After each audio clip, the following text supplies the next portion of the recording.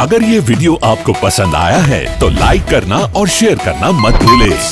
Subscribe करें good star के YouTube channel और फेसबुक पेज को।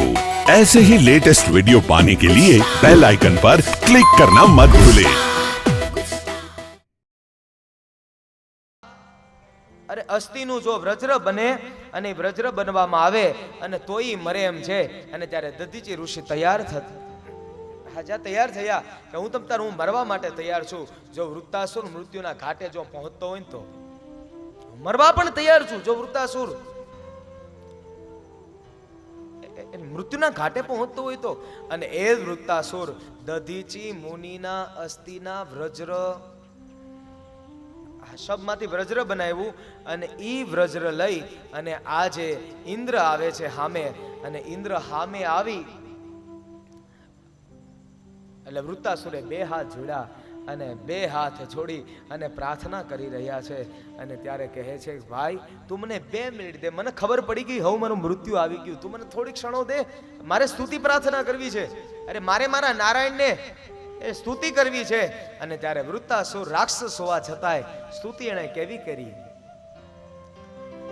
અહમ હરે તવ પાદે કમૂલમ દાસાનુદાસો ભવિતાસ્મિ ભૂય મનસ્મરેતા સુપતે ગુણાસ્તે ગુણિતવાક મકરોતુ કાય ગુણિતવાક મકરોતુ કાય દાસાનુદાસો ભવિતાસ્મિ ભૂય।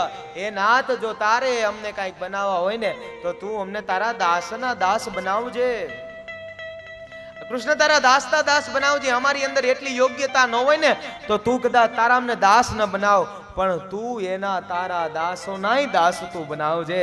અને ત્યારે જો તો ખરા વૃત્તાસુર કહે છે અરે મને અરે આ વજ્રની ડર નથી, આપ કોણ છો ને જ્યારે કહેવા લાગ્યા અને ત્યારે કીધું અને વૃત્તાસુર કહે છે કે હું ઇન્દ્રના વજ્રથી નથી ડરતો, અરે હું ભગવાન શંકરના ત્રિશૂળથી નથી ડરતો, અરે અગ્નિથી નથી ડરતો, પાણીથી નથી ડરતો, અરે યમના દંડથી પણ નથી ડરતો, પણ હું ડરું તો એકમાત્ર કે બ્રાહ્મણના અપરાધથી ડરું છું અને એટલા માટે બ્રાહ્મણનો અપરાધ મારાથી ન થઈ જાય, ડરું છું એકમાત્ર। બાકી અરે આજે આ તારા પાસે આ છે આ વજ્ર છે ઇન્દ્ર અને ઈ વજ્ર દધીચી મુનિના અસ્થિમાંથી બન્યું છે, એના દ્વારા મારું મૃત્યુ થવાનું છે, આ મને પણ ખબર છે, પણ હું ડરું માત્ર ને માત્ર બ્રાહ્મણના અપરાધથી કે મારા હાથે કોઈ બ્રાહ્મણને દુઃખ ન લાગી જાય, મારા અપરાધ બ્રાહ્મણનો અપરાધ ન થઈ જાય ક્યાંક।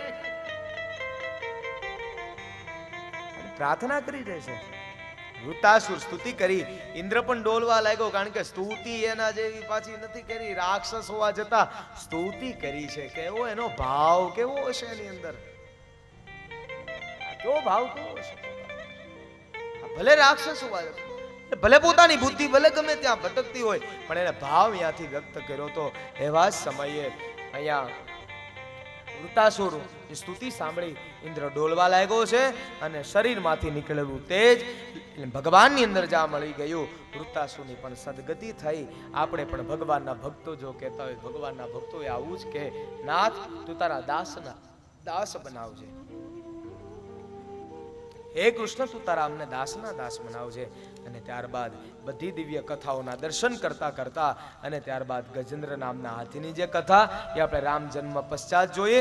સમુદ્ર મંથન થયું, વાસુકી નાગ જ્યારે આપવા લાગ્યો, ધન્વંતરી દેવ જ્યારે અરે અમૃતનો જ્યારે કુંભ ભરીને પ્રગટ્યા અને ત્યારે મોહિની સ્વરૂપ ધારણ કરી દૈત્યોને છૈત્રા અને દેવતાઓને બધાને અમૃતનું પાન કરાવ્યું। સમુદ્ર મંથનીય દિવ્ય કથાઓની પણ લીલા અને એ બધી કથાઓ બતાવવામાં આવી અને ત્યારબાદ અંબરીશ રાજાની એકાદશીનું વ્રત મુખ્યત્વે અહીંયા ભાવ એવો વ્યક્ત કરવામાં આવ્યો છે કે જો તમે ભગવાનની માટે કઈ વ્રત કરતા હશો, અમારા ભાવિન કુમાર એટલે હજી આમાં નિર્જળ એકાદશી રહે ને અને એટલા માટે આ એટલે અમરીશ રાજા એકાદશીનું વ્રત કરતા, એટલે ભગવાનના ભક્તની અંદર એટલી તાકાત હોય છે એટલી ભગવાનમાં ક્યારેક ક્યારેક નથી હોતી. કારણ કે ભગવાન સ્વયં એમ કહે છે કે અમરીશ રાજાથી એટલે મૃત્યુદ્યાપન થઈ ગયું અને ત્યારબાદ એ જ્યાં અને સુદર્શન ચક્ર છોડવામાં આવ્યું, કૃત્યા પ્રગટ કરી અને રાજાને જ્યાં મારવા માટે જાય ને એ પેલા ભગવાનનું સુદર્શન ચક્ર આવી ગયું અને દુર્વાસા મુનિની પાછળ પડી ગયું છે. ત્યારે દુર્વાસા મુનિ બધાય દેવતાઓ પાસે આવ્યા અને ત્યારે નારાયણની પાસે ગયા. ત્યારે ભગવાને એમ કીધું, એ સુદર્શન ચક્ર હું ન રોકી શકું, એના માટે તમે કોનો અપરાધ કર્યો? કીધું કે મેં અમરીશ રાજાનો અપરાધ કર્યો. અરે તમારા ભક્તનો અપરાધ કર્યો. અને ત્યારે ભગવાને એમ કીધું તો તમારે પણ એની પાસે જવું પડે. આ ભક્તનો મહિમા વધારવા માટે આ ભગવાને આ કથા કીધી છે. એ ભગત કે વશ મેં હે ભગવાન, એટલા માટે ભગવાને એટલો બધો મહિમા આપી દીધો કે મારા કરતા મારો ભક્ત મહાન છે. શિવ મહાપુરાણની અંદર બતાવ્યું છે કે કદાચ શિવાલય ના દર્શન ન થઈ શકે તો કોઈ શિવ ભક્તના પણ દર્શન થઈ જાય ને તો એટલું માન રાખજો કે તમને શિવાલયના દર્શન થઈ ગયા છે. અને એવી જ રીતના અહીંયા એવું જ ભાવની સાથે કહે છે કે તમે અપરાધ કોનો કર્યો? કીધું તમારા ભક્તનો કર્યો, તો તમે પણ એમની સાથે જાઓ. અને ત્યારે રાજા અમરીશની પાસે જઈ અને બે હાથ જોડીને પ્રાર્થના કરી અને સુદર્શન ચક્ર ત્યાં થંભી ગયું છે. એ વંશમાં આગળ જતા અનેક રાજાઓ થયા. એટલે મનુ રાજા અને એક પુત્રનું નામ છે ઈશ્વાકુ.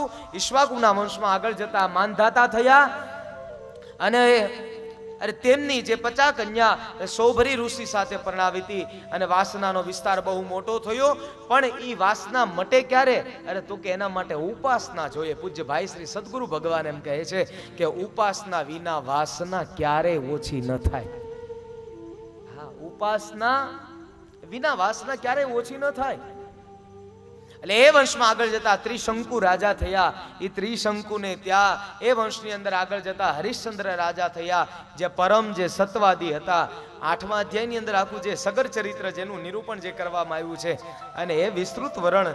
એવી જ રીતે સગર રાજાના જે 60,000 જે પુત્રો જે બળીને ભસ્મ થયા હતા, અને એ જે સગર રાજાના 60,000 પુત્રોના ઉદ્ધાર માટે શું કરવું? ત્યારે 3 પેઢીઓ સુધી માં ગંગાની ઉપાસના કરે છે, માં ગંગાની માટે વ્રત તપ કરે છે.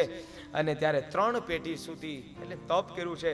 અંશુમાન રાજાએ તપ કર્યું છે, બીજું છે દિલીપ રાજાએ વ્રત કર્યું છે, તપ કર્યું છે, અને ત્રીજું છે ભગીરથ રાજા દ્વારા માં ગંગા પ્રસન્ન થયા. 3 પેઢી સુધી.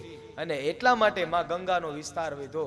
શા માટે? અને ગંગાનો મહિમા પણ એટલે વધ્યો કે કણ કટકો હાટરો તટ ગંગાએ જાય, એની 71 પેઢીમાં ભૂત અને સર્જે ભાગીરથી. ઈ માં ગંગા છે. આ કહેવામાં આવ્યું કે હું આવું તો ખરા, પણ મારા વેગને કોણ ઝીલશે? ભગીરથ રાજા તો ભગવાનની પાસે ગયા અને ત્યારે નારાયણની પાસે ગયા, બ્રહ્માજીની પાસે ગયા, બધાએ કીધું મહાદેવ પાસે જાઓ. મહાદેવે કીધું ગંગાના વેગને હું ધારણ કરીશ, આ ગંગાના વેગને હું ઝીલીશ.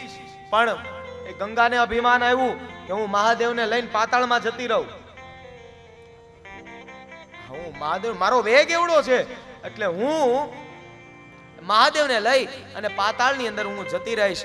પણ અરે અખિલ બ્રહ્માંડના નાથે ભગવાને ખાલી જટા આમ કરી અને એની અંદર ગંગાજી સમાઈ ગયા. એ ભોલે તેરી જટા મેં બહેતી હે ગંગાધારા. માં ગંગાજી એની અંદર સમાઈ ગયા. અને જ્યાં એ નહીં પાછી જટા જેમાં ગંગાજી બિરાજમાન થયા ને એ જટા પાછી જ્યાં આમ હાથ વગી કરી અને ત્યાં તો ગંગાજી પણ અંદર મૂંઝાણા કે હવે એ મહાદેવ આમાંથી મને મુક્ત કરો. ને ત્યારે જટાને થોડી એવી પાછી આમ લીધી અને એમાંથી ગંગાધારા વહેતી થઈ. એટલા માટે ભગવાન ગંગનાથ મહાદેવ થયા. બોલીએ શ્રી ગંગેશ્વર મહાદેવ. અને ભગવાન ભોળાનાથને એ માં ગંગા સુરસરી ધરતીના આંગણે પાવન કરવા માટે સગર રાજાના 60,000 પુત્રો જે બળીને જે ભસ્મ થયા હતા અને એના ઉદ્ધારત માટે થઈ અને માં ગંગા ધરા ઉપર આવ્યા છે. એ વંશમાં સૌદાસ થયા. એના વંશમાં આગળ જતા ખટવાંગ થયા. ખટવાંગ નામના રાજાએ 2 ઘડીની અંદર ભગવાનની ભગવત પ્રાપ્તિ મેળવી લીધી. અને ત્યારબાદ આવો એ જ વંશમાં આગળ જાય તો રઘુને ત્યાં પૃથુસવા ને ત્યાં અજને ત્યાં દશરથ. અને દશરથ રાજા મનન તમને અયોધ્યાની અંદર મંગલ પ્રવેશ મેળવે આવો આપણે બધાએ સૌ લોકો, અને અત્યારે તો બહુ આનંદ છે કે આપણા દેશની અંદર રામ રાજ્ય તો સ્થપાઈ ગયું છે. હવે બસ આપણે ખાલી કથામાં બોલાવી એટલી રાહ છે. राम आएंगे तो अंगनास जाऊंगी, राम आएंगे तो अंगनास जाएंगे, राम आएंगे तो अंगनास जाऊंगी, हो राम आएंगे तो अंगनास जाएंगे. जे हाथ ऊंचा नो करे ने एना बाजू वाला ना हम.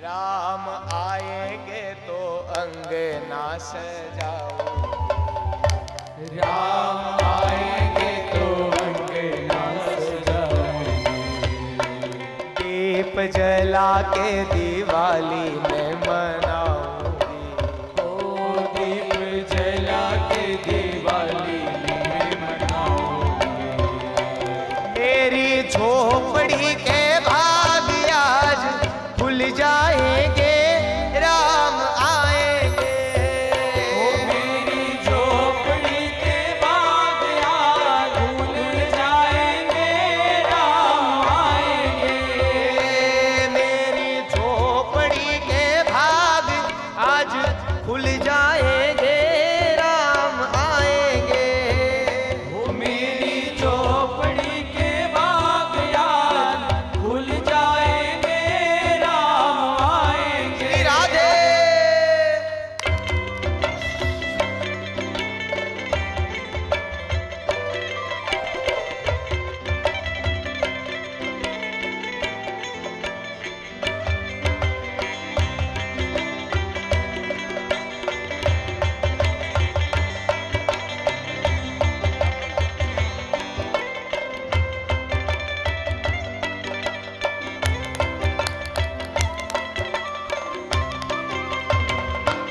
राम आएंगे तो अंगनास जाऊंगी, हजी वार છે ભગવાન ને હજી વાર છે બાપા. आएंगे तो अंगनास जाऊंगी, हो हम रुचि रुचि भो આ ભગવાને કેટલા ઉતાવળા અહીંયા આવવા માટે.